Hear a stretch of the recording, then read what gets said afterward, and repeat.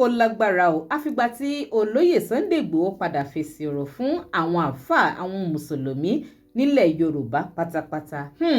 Nínú fọ́nrán yìí ẹ̀yin èèyàn ẹ tún súnmọ́ bí ẹ wá gbọ́ àlàyé tí Sheikh Shakama tún ṣe nípa bí olóyè Sunday Igboho ṣe pè kánú àwọn àáfàá tí wọ́n sì jẹ́ kó di mímọ̀ wípé kò tọ́ sáwọn lẹ́nu, àwọn ò lè sọ jáde nítorí ó jẹ́ ọ̀rọ̀ tó wúwo lẹ́nu àwọn ò sì tó bẹ̀ láti sọ wípé àwọn ju ànábì Muhammad lọ, àwọn ò sì rán kankan nínú àwọn tó ń sọ láti máa sọ bẹ́ẹ̀ káàkiri. Ó lágbára ìjà ẹ̀sìn tó ń lọ lórí ayélujára lẹ́nu bíi lọ́lọ́ yìí. Ẹ tún máa gbọ́ àlàyé tí Sheikh Shakama tún ṣe lórí ọ̀rọ̀ ìjà ẹ̀sìn tó ń lọ láàrin àwọn mùsùlùmí àti àwọn oníṣẹ̀ṣe láti bí ọjọ́ mélòó kan báyìí lórí ayélujára. Ẹ máa gbọ́ ìdí tí Sheikh Shakama fi ní ó ṣe kókó, ó ṣe pàtàkì fún Ọọ̀ni of Ife ìyẹn Ọba Adéyẹyè Ògúnwùsì Ọ̀jájá kejì láti jáde láti wá ṣe disclaimer kí wọ́n debunk ọ̀rọ̀ tí àwọn oníṣẹ̀ṣe tí wọ́n ń sọ káàkiri wípé Ọọ̀ni of Ife ó ju ànábì lọ, nítorí kí nǹkan kan kó má bàa ṣẹlẹ̀, kó má bàa wáyé. Kí nìkan ọ̀hún gbogbo ìpátá lè máa find out nínú fọ́nrán yìí.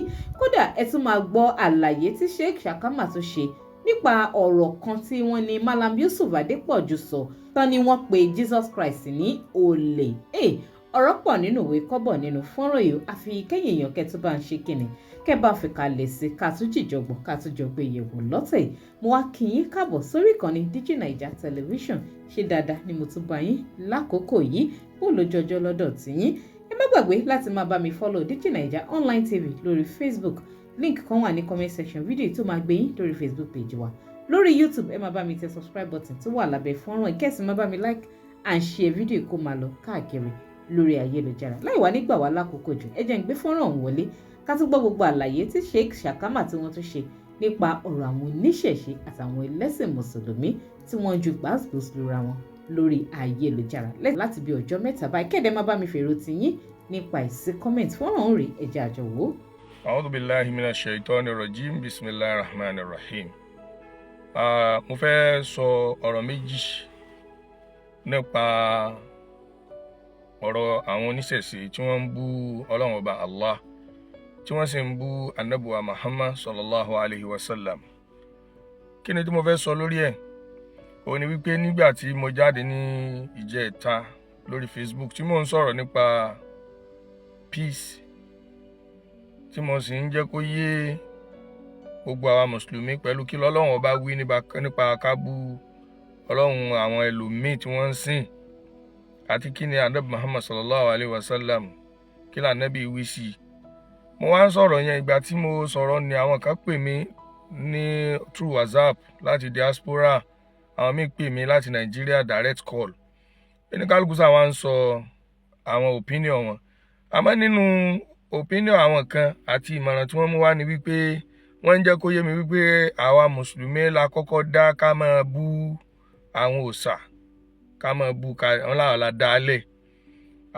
Mo wá ń béèrè lọ́wọ́ ẹni náà pé lọ́nà wo, torí wípé èmi ò tí ì rí ẹnìkan nínú àfáà tó wá jáde sórí social media síwájú kí ó tó di wípé àwọn ọmọ tí wọn ò tó nǹkan kan, àwọn ọmọ tẹ́nìkan ò bí, tí wọ́n ń dárúkọ ọba Olúwo, tẹ́lómi ń lákọ mọ́ wọn pé Ràṣídì, ẹlòmíì pè wọ́n ní tí wọn ò jẹ́, kó tó di pé ọba náà fi ìbínú máa sọ̀rọ̀, kó tó dìgbà yẹn ni mò ń sọ o.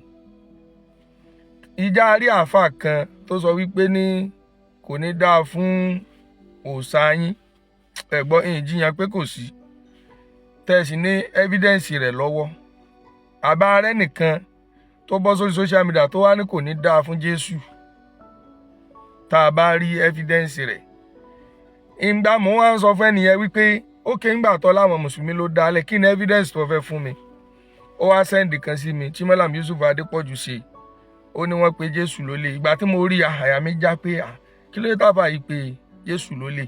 Mo wá ń connect pẹ̀lú another person láti challenge ẹnìyẹn tó súnmọ́ Malam Yusuf pé kí ló dé tí Malam Yusuf pé Jésù lólè nínú fídíò yìí. Ẹnìyẹn wá ní wọ́n gé fídíò yẹn ni, ó wá send the full video sí mi. Nínú fídíò yẹn ó jẹ́ kí n mọ̀ wípé Malam Yusuf wọn ò pe Jésù lólè, wọ́n ń challenge àwọn kírísítẹ́nì ní wípé irú eléyìí tó wà nínú báíbù yìí láti fi jẹ́ kó yé wọn wípé àwọn kan ti kọwọ́ bọnú bíbélì, wípé àwọn kan tí wọ́n sì àwọn èyí tí wọ́n kọwọ́ bọ̀ yẹn kí wọ́n lọ wá bí wọ́n ṣe ṣàtúnṣe rẹ̀ pé eléyìí èsè bíbélì mọ́, irú ibi tí wọ́n ti pe Jésù lólè yìí kò yẹ kó wà nínú bíbélì. ní tí Malam Yusuf ń sọ fún wọn nìyẹn o, fún fatiniwọ náà tó yẹ pé á fídíò lọ wò èyí tí wọ́n cut òun lọ wò. Malam Yusuf ń sọ fún wọn pé ṣé tá a bá sọ pé bíbélì correct eléyìí tẹ́ gbé wáyé fashion tẹ́ gbé wáyé tẹ́ bá ló correct, ṣé nínú rẹ̀ náà láti rí pé Jésù jí àgbàdo.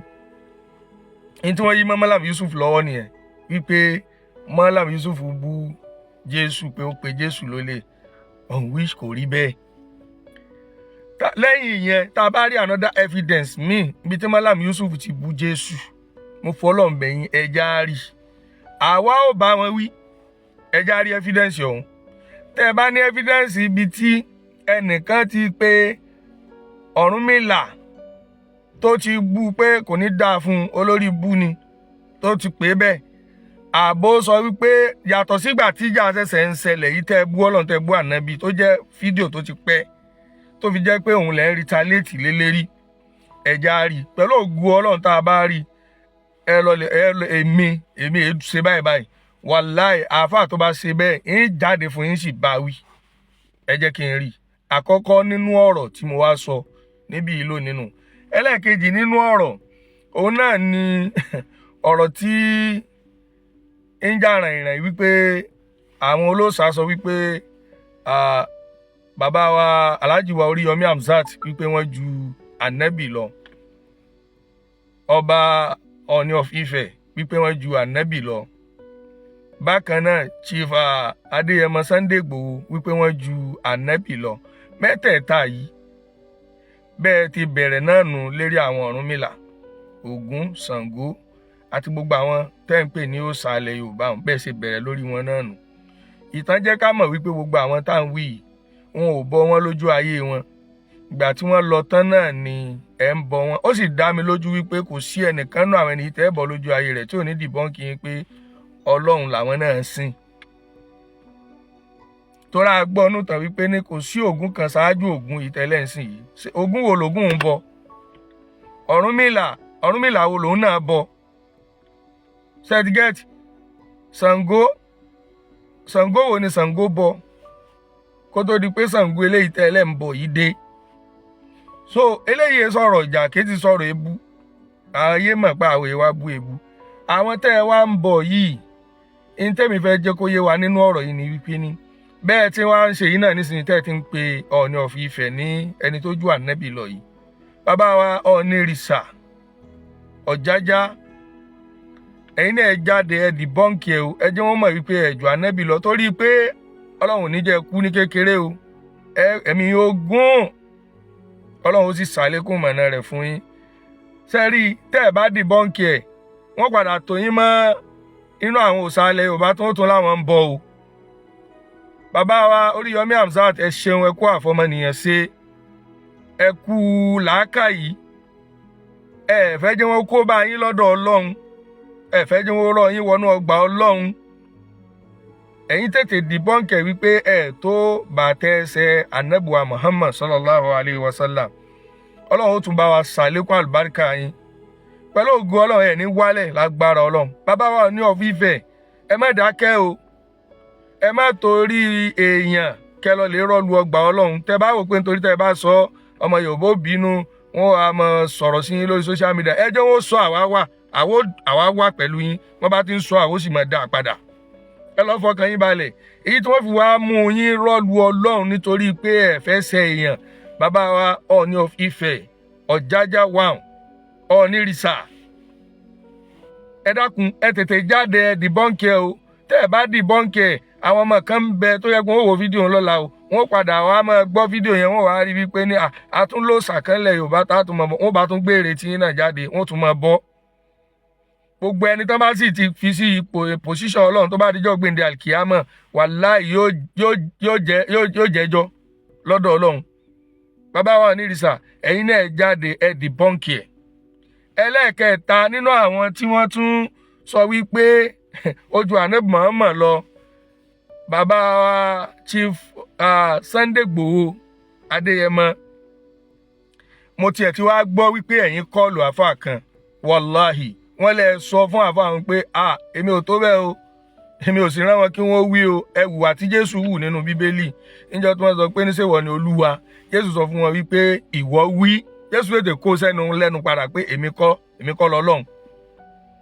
So irú wà tí Jésù wù ẹ̀yin náà ti wù but ẹ tí àwọn èèyàn tí gbọ́ ẹ jáde sórí péèjì yẹn gangan ẹ jáde ẹ jẹ́ kí wọ́n mọ̀ wípé ẹ tó Jésù ẹ sì tó ànábì. Bàbá wa Onírìṣà Ọ̀jájá wa ẹ bọ́ sórí social media ẹ̀yin náà ẹ dìbọ́ǹkì ẹ jẹ́ wọ́n mọ̀ wípé ẹ tó Jésù ẹ sì tó ànábì.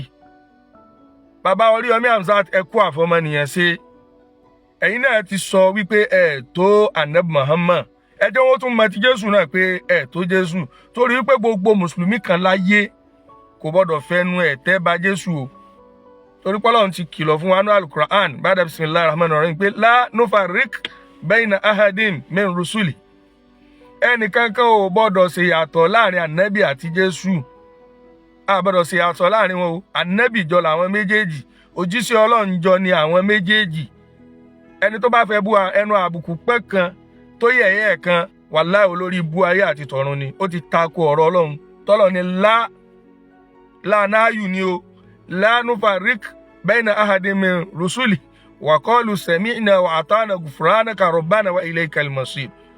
Láhùn direct command ni direct command ni pé ẹ gbọ́dọ̀ fìkan pọ́n kan ẹ gbọ́dọ̀ fìkan yin kan ẹ gbọ́dọ̀ yẹ̀yẹ́ Jésù fún ànábì ẹ sì gbọ́dọ̀ yẹ̀yẹ́ ànábì fún Jésù. ọ̀rọ̀ rẹ̀ ọ̀rọ̀ lẹ gbọ́ lẹ́nu Sheikh Shakama yìí wọ́n ní Ọọ̀ni of Ifẹ̀ ní láti jáde láti wá ṣe disclaimer láti debunk ọ̀rọ̀ náà kó má bàa di wípé wọ́n wá sọ àwọn náà di òrìṣà tí wọ́n mọ ọ̀bọ̀ nílẹ̀ Yorùbá tó bá dọjọ́ iwájú.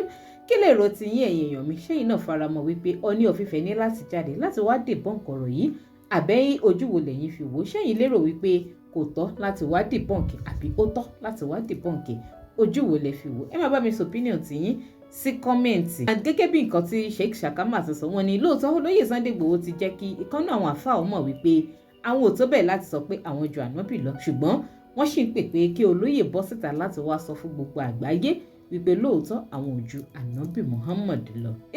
Ojú wo lẹ́yìn fi rí gbogbo ọ̀rọ̀ yìí ẹ má bá mi sọ sí kọ́mẹ̀ǹtì ẹ má wá gbàgbé láti máa bá mi follow DIGINAIJA online TV lórí Facebook link tó wà ní comment section video ó máa gbé yín lórí Facebook page wa lórí YouTube ẹ máa bá mi tẹ subscribe button tó wà lábẹ́ fún kẹ́sì máa bá mi like and share video yìí kó máa lọ káàkiri lórí ayélujára ká tó pàdé láyé àtàláfíà ó dàbọ̀.